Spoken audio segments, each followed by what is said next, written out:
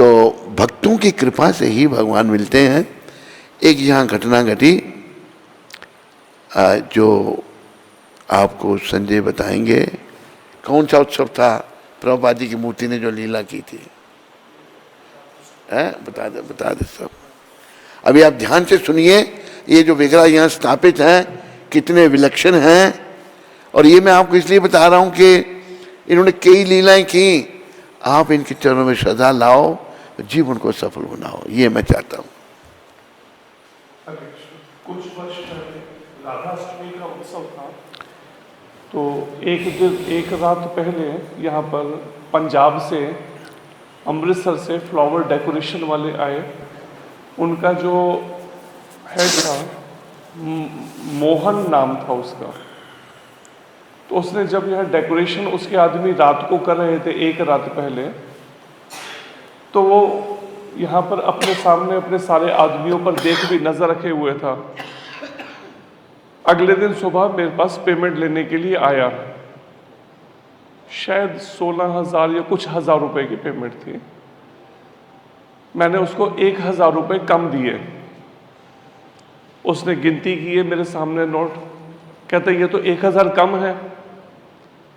तो मैंने कहा कि क्या हो गया, भगवान की सेवा में अगर लग जाएंगे तो कुछ सोचने लगा, थोड़ी देर चुप होगा। फिर कहता अच्छा हाँ, वैसे भी मैं यहां से बहुत कुछ लेकर जा रहा हूं। तो मैंने सोचा रात को अकेला था, पता नहीं क्या उठा के ले जा रहा है यहां से।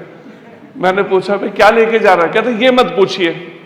मैंने कहा या तो बताना नहीं था मेरे को ये बात को, जब कहा है तो उसे पूरी बात बताना, फिर क्या लेकर जा रहा है? तो उसने जो मुझे बात बताई, उसने कहा कि रात को जब करीब 12 या 1 बजे के आसपास जब मेरे आदमी सब डेकोरेशन सजावट कर रहे थे, तो मैं उन पर नजर रखे हुए था। और बीच में यहाँ पर सीढ़ी पर मेरा आदमी चढ़ा था और मैंने सीढ़ी पकड़ रखी थी, और साथ में सब तरफ देख रहा था काम करते हुए अपने आदमियों को। और सिक्योरिटी गार्ड इस मेन दरवाजे के वहां पर खड़ा इन पर नजर रखे हुए था। तो जब क्या था, मैं नजर इस तरह से घुमा रहा था, मैंने क्या देखा कि प्रभुपाद जी जो हैं वो गर्दन घुमाकर ऐसे देख रहे हैं और ब्रीदिंग, सांस ले रहे हैं। ये शब्द उसने मुझे कहे। तो वो कहता है मैं थोड़ा घबरा गया, इस बात को देख कर डर गया। तो वो सीढ़ी छोड़कर गार्ड के पास आया और गार्ड को कहता देखो ये क्या हो रहा है। तो वो गार्ड को लेकर आया, लेकिन गार्ड को ये चीज नहीं दिखाई दी। लगभग 2:30 बजे तक डेकोरेशन पूरी हो गई, 2-2:30 बजे तक। वो कहता मैंने सोचा कि 4 बजे तक भक्त उठ जाएंगे, मैं पेमेंट लेके चला जाऊंगा। तो मैं नीचे वाला जो हॉल है उसकी स्टेज पर जाकर थोड़ी देर के लिए रेस्ट करने के लिए सो गया। तो पौना घंटा 45 मिनट मेरे सिरहाने पर स्वामी जी आकर बैठे रहे। ये उसके शब्द थे। श्री प्रभुपाद की जय, श्री गुरु महाराज की जय। तो ये है सच्चे संतों की महिमा। और देखो कई बार लोग मुझे कहते हैं स्वामी जी आपने बहुत बड़ा मंदिर बना दिया। मैं कहता मेरा बाप भी नहीं बना सकता था इतना बड़ा मंदिर, ये केवल इन्होंने बनाया। आप पूछो कैसे, वो मैं जानता हूँ। जब भी कभी पैसे की आवश्यकता पड़ी इन्होंने प्रबंध कर दिया। और माता को भी, कुंती माता को यहीं ले आए, क्योंकि हमारे जो भक्त यहाँ पर इतने लापरवाह, पैसे का ध्यान नहीं, भावना अच्छी नहीं, तो हमें बहुत खराब लगता था ये लोग कितने लापरवाह हैं, भगवान की सेवा की परवाह नहीं करते, पैसे का दुरुपयोग करते हैं। तो प्रभुपाद जी ने बड़ी कृपा करके कुंती माता के घर के साथ, इधर कुंती माता का घर है, इधर मंदिर बना दिया। एक बनिए ने वो जगह दी हमको, मंदिर दिया, मुझे ट्रस्टी बना दिया, चीफ ट्रस्टी। और कुंती माता का घर साथ, तो बड़ी लंबी बात है। और धीरे धीरे कुंती माता मंदिर में आने लगी और प्रभुपाद जी की कृपा से भक्त बन गई। भक्त बन गई, फिर जब प्रभुपाद जी का ये प्रबंध था इसको यहाँ लाना, वो बनिया बुद्धि परेशान करने लगा। ये घर में ना खाए, घर में कहते प्याज लहसुन बनता मैं नहीं खाऊंगी। इनको परेशानी होने लगी वहाँ पर। एक और दूसरा बनिया था, वो बहुत अच्छा था बेचारा, उसको इन्होंने बताया, उसने मुझे फ़ोन किया, कहते हैं महाराज 2 माताएं, एक ही है, दूसरी वाली तो बेचारी ऐसे ही थी, भटकी हुई आत्मा, इनको मंदिर में भोजन नहीं दे रहे, बड़ी परेशानी है, उधमपुर भेज दें। हमने पहले ये सोचा था कि आश्रम में स्त्रियों को नहीं रखेंगे,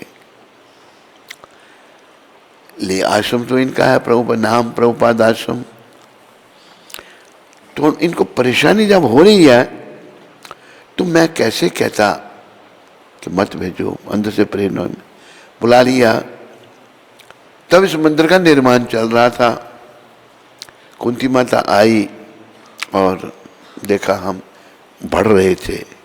यहाँ पर जब यहाँ बेसमेंट है तो मलबा जमा हो गया था। मैंने कहा चलो कार सेवा करते, हम भी लगे, सारे भक्त भी लग गए, तो हम भर भर के देने लगे, सब उठा ले। इन्होंने भी शुरू कर दिया उठाना।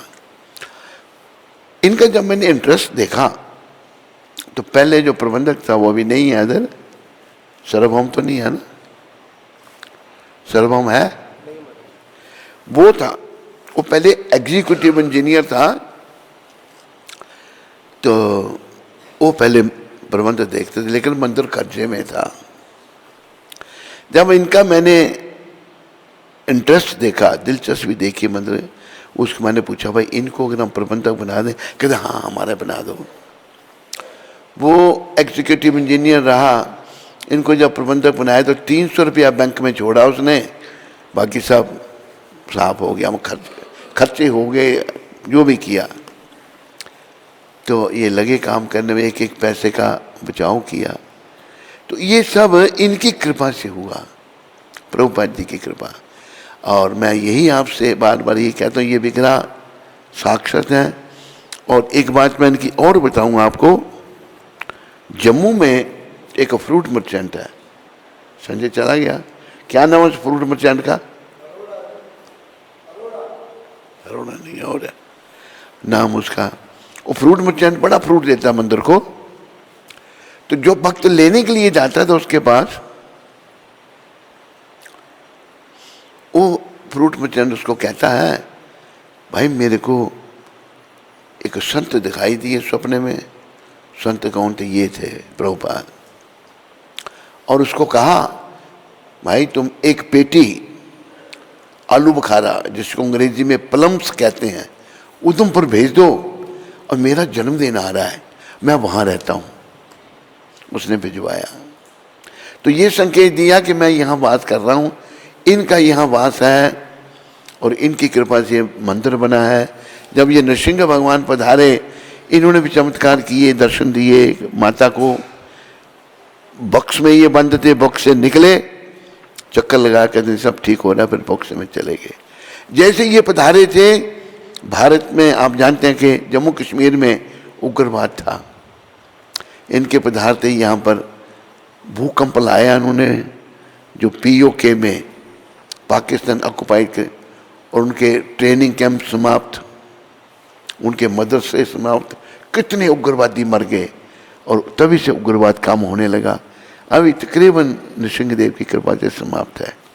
तो ये सब प्रभुपाद की कृपा से हो रहा है।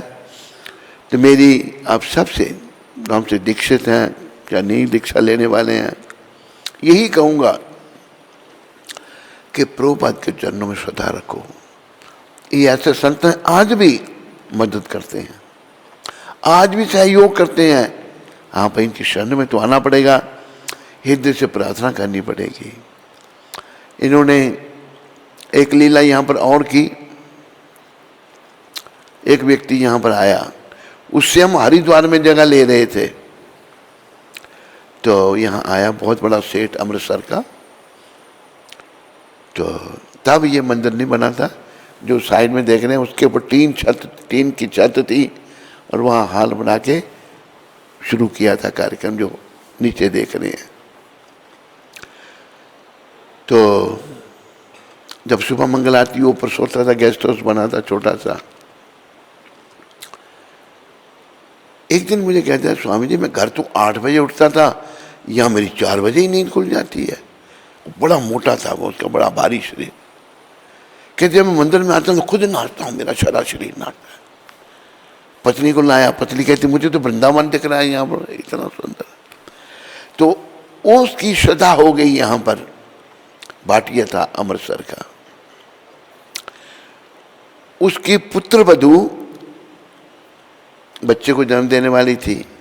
उसका पुत्र वधू और उसकी पत्नी हॉस्पिटल में ले गए चेकअप के लिए। लेडी डॉक्टर ने चेकअप किया और पुत्र वधू के उसके पति को बताया, अपने बेटे को बताया, उसके बेटे को कि मुझे अफसोस है कि बच्चा पेट में मरा हुआ है। उसने झट फोन किया अपने बाप को, पिताजी आप हॉस्पिटल में आओ। बोले बेटा क्या बात? कहते हैं कि आप यहाँ आओ। कहते मैं जब गया तो गेट पर ही सब खड़े थे अमृतसर में हॉस्पिटल में, और कहता है पिताजी, डैडी कहता था अपने बाप को, मैं पिताजी कह रहा हूँ कि डैडी आपसे क्या बात छुपाएं? डॉक्टर ये कहती है बेटा पेट में मरा हुआ है। वो जो बेटे का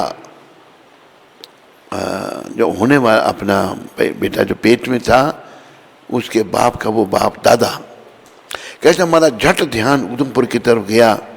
हम ऑपरेशन थिएटर के बाहर बैठ के लेडी डॉक्टर कहने लगी अभी इसका ऑपरेशन करना है, माँ को बचाना है। कहते हम ऑपरेशन थिएटर के बाहर बैठ के और हमारा ध्यान उधमपुर की तरफ आया यहाँ पर, क्योंकि यहाँ दोनों रह के गए थे, उसकी पत्नी और वो, और हमने नाम लेना शुरू किया। ध्यान आने करते भगवान का नाम लेने लगे। तो क्या हुआ कि जब ऑपरेशन चल रहा था कोई नर्स बाहर आए तो हम पूछे सिस्टर क्या? कोई नहीं कुछ बताए। हम घबराए हुए थे। मैं आशा कर रहा था कि पोता होगा, दादे को पोता प्यारा होता है। आखिर ऑपरेशन के बाद वो लेडी डॉक्टर खुद ही बाहर आई, कहती है इस बच्चे ने हमको बहुत परेशान किया। हमने कहा क्या? कहता बेटा भी ठीक है और माँ भी ठीक है। ऐसे ऐसे चमत्कार इन्होंने यहाँ किए हैं, और अनेकों चमत्कार हैं, एक नहीं है। खाली श्रद्धा विश्वास की बात है। विश्वासा फलदायका। तो ऐसी प्रेरणा हुई ये आप सबको, और मैं प्रयास करूँगा, क्योंकि इस समय के ये जो संत हैं इनका कार्य आपसे कोई छुपा नहीं है। इन्होंने अकेले 17 साल की अवस्था में, इनकी चर्चा करते मैं भावुक हो जाता हूँ।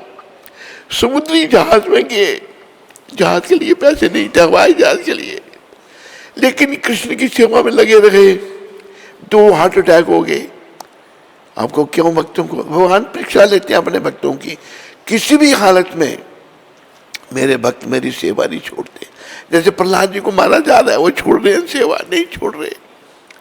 ये भी बड़ी उच्च कोटि के संत, वहां पहुंचे, रहने का ठिकाना नहीं, खाने का ठिकाना नहीं। विदेश में मैं तो कहता हूँ न्यूयॉर्क में ये पहुंचे, पहले बॉस्टन में पहुंचे, बंदरगाह है वहां पर, फिर न्यूयॉर्क में। मैं न्यूयॉर्क तो नर्क कहता हूँ, मैं कई बार गया। हमने कहाँ जाना था, इनकी कृपा से कई बार गए। तो इन्होंने इतनी कठिनाई से प्रचार किया, हम और आप सोच भी नहीं सकते। ये सच्चे संत हैं और ये भगवान के भेजे हुए हैं, कृष्ण के भेजे हुए हैं यहाँ पर हम लोगों को नरकों में जाने से बचाने के लिए। अभी बचना या नहीं बचना हमारे ऊपर है। आपको पता है कि भारत के ऐसे ऐसे नेता हुए जिन्होंने हिंदुओं के बच्चों को भ्रूण हत्याएं शुरू की, जिनको गोलियों से मारा गया था माननीय इंदिरा गांधी। करोड़ों हिंदू बच्चे मारे गए, करोड़ों, एक नहीं। और भ्रूण हत्या का ब्रह्म हत्या से दुगना पाप है। हिंदू बच्चे मारे गए, मुसलमान बच्चे, मुसलमानों ने नहीं माना गया, हम नहीं मानते इस चीज में। तो हम पाप में हो गए, भारत में पाप फैल गया, और न फैले आगे तो भगवान ने इनको भेजा कृपा करके हमें नरकों में जाने से बचाने के लिए। और ये भी बताऊं मैं आपको, मुझे इनका सानिध्य प्राप्त हुआ। इन्होंने बड़ी कृपा करके ऐसा कि बहाना बना, बोला तुम मेरी सेवा में आ जाओ। वो एक असंभव सी बात थी। मैं आपको सत्य कह रहा हूँ, जो गोरे थे बड़े बड़े भक्त इनके, वो बड़ी ईर्ष्या करने लगे, भाई ये लड़का छोकरा कहाँ से आ गया है। लेकिन उन्हें बड़ी कृपा दी, बहुत कृपा दी, और इनकी कृपा से ही हम जी रहे हैं। एक इनकी कृपा की बात बताऊं, आखिरी दिनों में 1977 में जब इन्होंने देह त्यागी, तो जीबीसी जो जगह जगह के, हमारा जीबीसी था ब्रह्मानंद, सारे जीबीसी इकट्ठे हो गए, सबको बुला लिया प्रभुपाद जी ने, आखिरी संदेश देना था उन्होंने। तो हमारा जीबीसी ने जब कमरे में प्रवेश किया तो उसको गुरु महाराज क्या पूछते हैं प्रभुपाद, ये छोटे से अपने से कहते हैं वेर इज नव योगेंद्र, मेरा नाम लेके पूछा वो कहाँ है। वो अवाक, भाई उसके लिए कह रहे हैं। उसने फिर मेरे को टेलीग्राम दी, तब तो ये मोबाइल वगैरह कुछ नहीं होते थे, 1977 की बात, कि प्रभुपाद तुम्हें बुला रहे हैं। हम आए तो एक दूसरा सचिव था प्रभुपाद जी का, कहते प्रभुपाद जी के चरणों को नहीं छूना, उन्होंने कहा मेरे पाँव को कोई स्पर्श ना करे। तब उनकी सेवा टांगे दबाने लगे। तो पूछते हैं बड़े कमज़ोर हो गए थे, कारण हम लोगों के पाप लिए थे उन्होंने ऊपर अपने। पास में एक हमारा गुरु भाई बैठा, उसको पूछते कौन मेरी सेवा कर रहा है, मेरा नाम लिया, कहते आई एम फीलिंग कंफर्टेबल, मुझे अच्छा लग रहा है। मैं उनके चरण नहीं छू रहा था, मुझे मना किया था, फिर धीरे से कहते तू मेरे पाँव क्यों नहीं दबाता। मैंने प्रभुपाद मना किया कि कोई भी आपके चरणों को स्पर्श नहीं करेगा। कहते कोई नहीं करेगा, तुम कर सकता है।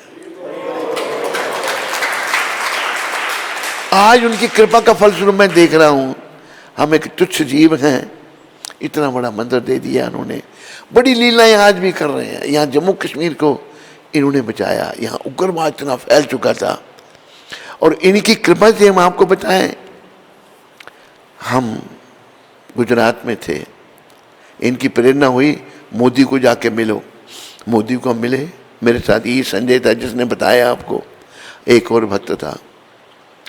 तो देश की चर्चा की, हमें इस देश में रहना है तो देश भी अच्छा होना चाहिए, गलत लोगों के हाथ में देश था।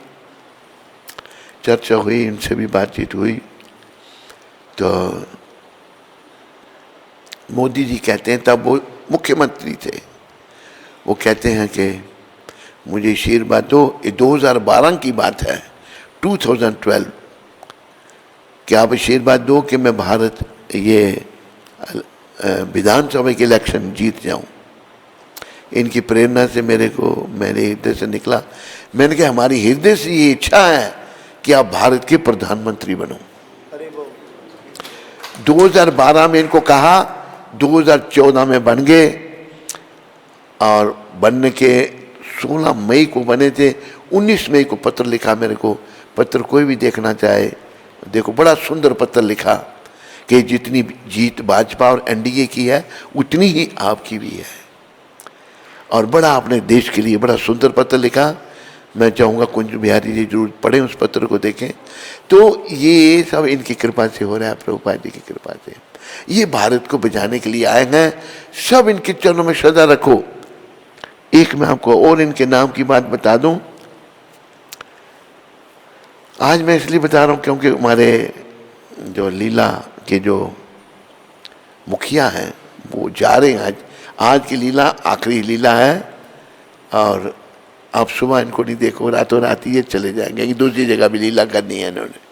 पहले भी आते हैं तो रात शाम की लीला करके फिर ये चले जाते हैं, मिलते भी नहीं, समय नहीं, रात के समय जाते हैं। तो गुरु महाराज जो हैं इतने चमत्कारी संत, इतनी मतलब इनमें वो इतनी महानता जो मेरे जैसा तुच्छ जीव व्यक्त नहीं कर सकता, मैं व्यक्त नहीं कर सकता इनकी लीलाओं को। पर एक घटना क्या की, मैं नया नया संस्था में था, ये 1974 की बम्बई की बात है। 74 की शुरुआत में ही मैंने संस्था में प्रवेश किया था, इन्हीं की कृपा से ही। तो मैं सुबह जब उठा, मंगलाती तो जाता था, देखा तो मुझे बुखार है, तो मैंने कहा मंगलाती में लेटा रहा। तो फिर वहाँ नया नया मंदिर था, अभी जो बड़ा मंदिर है, पर कुंज बिहारी जी देखा उन्हें नया मंदिर, वो तब नहीं था, तब टेंट अपने टीन शेड में थे भगवान। तो मैंने कहा अभी दिन भर यहाँ पर थोड़े से भक्त थे, तो मैंने अभी कुछ खाऊंगा नहीं, दिन भर भूखे रहना पड़ेगा। मैं सुबह अपना जो ब्रेकफास्ट होती है वो खाने के लिए बैठ गया। एक विदेश का हमारा गुरु भाई, गोरा, कनाडा का, कैसे उन लोगों को इन्होंने भक्त बनाया मैं आज तक नहीं सोच सकता। आया मेरे को पास, कहता है you are not in the mangal aarti, तो मंगल आरती में नहीं था। उसे ये नहीं पूछा भाई क्यों नहीं था, क्या कारण था। मेरे आगे जो प्रसाद परोसा था मेरे को उठा के ले गया कि नहीं खा सकता तो नया था। बड़ी वेदना हुई, बड़ा दुख हुआ, मेरे को कष्ट हुआ कि देखो इस आदमी ने पूछा नहीं मुझे बुखार है। तो मेरी जो वेदना, अंदर का कष्ट नहीं जा रहा, अंदर से प्रेरणा क्या हुई, वो मुझे कन्हैया की प्रेरणा लगती है, राधा रानी की, गौर निताई की प्रेरणा लग कि प्रभुपाद का नाम लो। जैसे मैंने प्रभुपाद का नाम लेना शुरू किया और सारी वेदना मेरी धीरे धीरे चली गई। आज भी अगर आपको कोई समस्या आती है, इनका नाम जपो। तब से मैं 3 माला रोज प्रभुपाद के नाम की करता हूं। कभी कभी छूट भी जाती है पर प्राय कर ही लेता हूं। तो अगर आपको कोई कष्ट है, परेशानी है, कोई कहीं दुविधा आ रही है, तो इनका स्मरण करो, आज भी ये आपकी मदद करेंगे। बोलो पतित पावन शिला प्रभुपाद की। स्कंद पुराण में तुलसी देवी की प्रशंसा इस प्रकार की गई है। मैं तुलसी देवी को नमस्कार करना चाहता हूं क्योंकि ये पाप कर्मों के समूह को तुरंत नष्ट कर देती हैं। इनके स्पर्श अथवा दर्शन मात्र से मनुष्य सारे क्लेशों तथा रोगों से विमुक्त हो सकता है। इनको नमस्कार करने तथा इन पर जल डालने मात्र से मनुष्य यमराज के दरबार में भेजे जाने के भय से मुक्त हो जाता है। जो व्यक्ति कहीं भी तुलसी देवी को उगाता है, वह निश्चय ही भगवान श्री कृष्ण का भक्त बनता है। जब तुलसी दल भक्ति पूर्वक भगवान श्री कृष्ण के चरण कमलों पर अर्पित किए जाते हैं तो भगवत प्रेम का पूर्ण विकास होता है। तुलसी देवी हर प्रकार से कल्याण में है। इनके स्पर्श, दर्शन, स्मरण, बंदन, प्रणाम, श्रवण, ये इनके लगाने मात्र से सदैव कल्याण होता है। जो कोई उपयुक्त विधियों से तुलसी देवी के संसर्ग में आता है, वह सदैव वैकुंठ लोक में निवास करता है। तुलसी महारानी की। वृंदाए तुलसी देवाय प्रियाय केशवशिचा विष्णु भक्ति पदे देवी सत्यवते नमो नमः।